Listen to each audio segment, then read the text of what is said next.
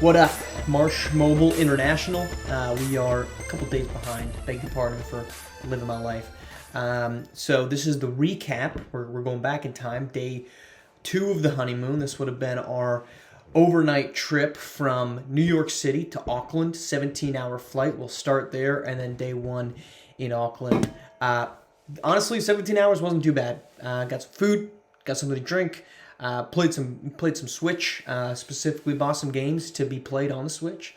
Star Wars, Pokemon, Arceus, also got Survivor.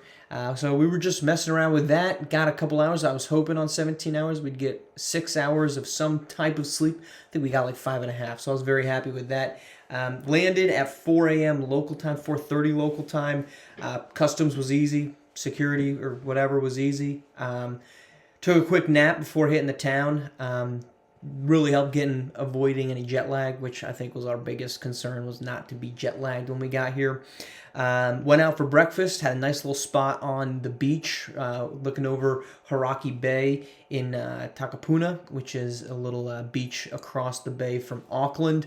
After that, went for a quick walk on the beach, which was nice. Not Florida sand beaches, which are super sandy. It was very hard sand, so you're wearing your shoes. Lovely. Took a little ferry across the bay into Auckland. Went up Sky Tower. We did not feel like jumping off Sky Tower, which you could do with some bungee cords, like 300 and something feet. We just enjoyed the view. It was really nice. Went to 2 bars. One Irish bar called The Fiddler. They claim to have the best Guinness in Auckland. I thought it was a little watery for my taste.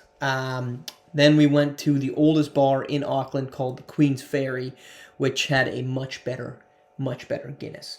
Love going to old bars. I think that they, kind of give a nice representation of the city, going to the oldest ones. So now we've been to 2. If we had to rank them, quick power rankings between McSorley's, which is the quote-unquote oldest Irish bar. I think it's also the oldest bar in New York City, and then Queen's Ferry. I'm going with McSorley's at number 1, the Queen's Ferry at number 2.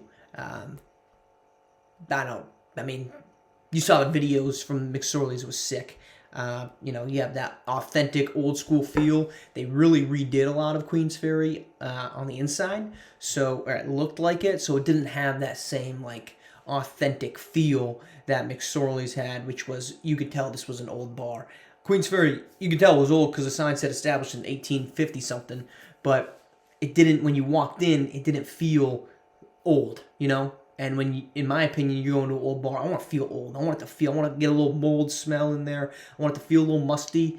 I want it to feel old. And I don't think the Queen's Ferry did. It was an abbreviated day for us, obviously flying 17 hours. So our next recap is Wahiki Island, which is an island that's littered with wineries. So we had a great old time, which we'll get into in the next one. But overall, first day in Auckland, our goal for this entire honeymoon is to try to be as local as we can in terms of, not rushing to do only tourist stuff. We're obviously going to do some of that, but I thought we accomplished that pretty well. Also, great news, we found ourselves a card shop here in Hauraki, which is where we're staying. So we're going to be able to get a card here in the next coming days for Pokemon. So love that for us. All right, we'll come back with Wahiki Island update coming up.